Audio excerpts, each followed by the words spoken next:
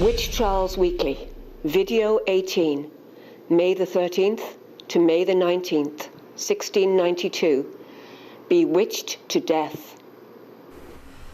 On May 13th, Abigail Soames' spectre hurt Mary Warren.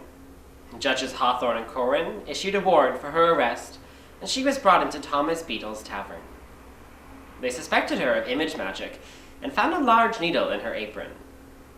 When Abigail glared at Mary, she had the most severe seizures the magistrates had witnessed thus far.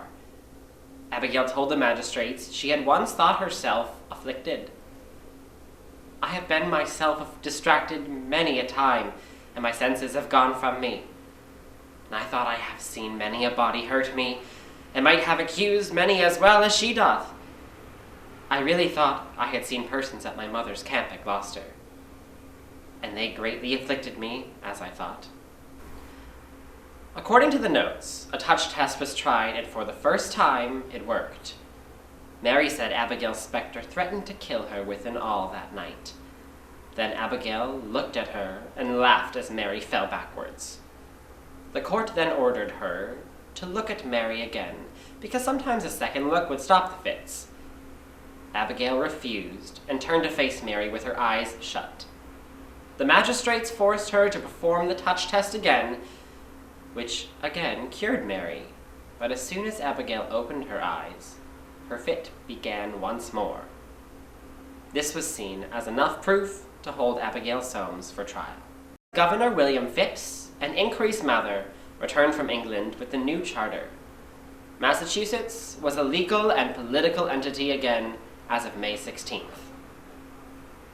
Complaints were made and warrants issued for Elizabeth Hart, Thomas Farrar, Elizabeth Colson, Bethia Carter Jr., George Jacobs Jr., his wife Rebecca, and her brother Daniel Andrews, Sarah Buckley, and her daughter Mary Witheridge. Elizabeth Colson fled and was in hiding, and Daniel Andrews and George Jacobs Jr. escaped before they were arrested. Rebecca Jacobs, on the other hand, was arrested, and her children were left alone. They were probably taken care of by their neighbors Peter Cloyce and Jonathan Putnam. Rebecca was mentally unbalanced, even according to her own mother, who said she was a woman crazed, distracted, and broken in her mind. During her examination on the 18th, Rebecca Jacobs broke down and confessed to hurting the girls, covenanting with the devil, and perhaps killing one of her children. Her 2-year-old daughter, Mary, had drowned accidentally 7 years earlier, the trauma of which probably affected her mental stability. Daniel Wilkins was still ill, and a doctor diagnosed witchcraft as the cause. He and Bray continued to suffer, but on May 16th, suffering would come to an end for one of them. The girls witnessed the specter of John Willard choking Daniel, while Sarah Buckley sat on his chest. The boy gasped for air until he died. According to Samuel Parris's church record, the boy was bewitched to death. The next day, 12 men examined Daniel's body. Upon a request from Benjamin Wilkins, the men discovered bruising and puncture marks on Daniel's back. It was concluded Daniel died an unnatural death by some cruel hands of witchcraft or diabolic act. It wasn't until John Willard was captured and chained that the girls supposedly felt any relief from his specter. 7 examinations in total were held on May 18th. Elizabeth Hart confronted Ann Putnam Jr. directly in court. She was an outspoken woman who had been reprimanded by her church in Lynn in 1655. She was examined and held for trial. Thomas Farrar Sr. was a 75-year-old farmer who was a church member in Lynn as well. He was occasionally denied communion due to his drunkenness and was sometimes violent. He, too, was held for trial. Abigail Williams was the first to speak out against Sarah Buckley. She and the others accused her of hurting them and the Wilkins family.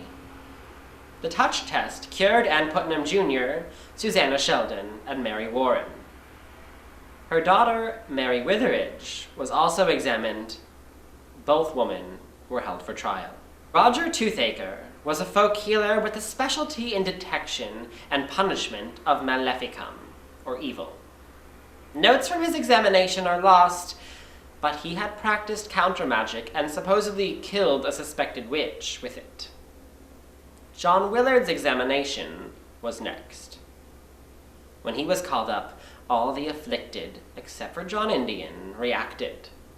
The magistrates told him running away made him look guilty, but they needed an official confession, to which he responded, I hope I shall be assisted by the Lord in heaven.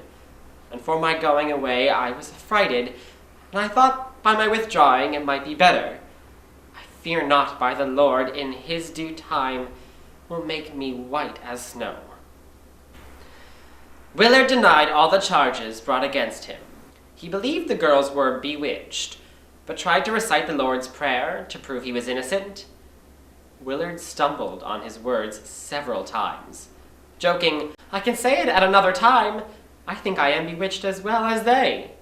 And, what a strange thing! I cannot say it. Well, it is these wicked ones that do overcome me. He was held for trial. Mary Eastie was re-examined today and was released, but not for long.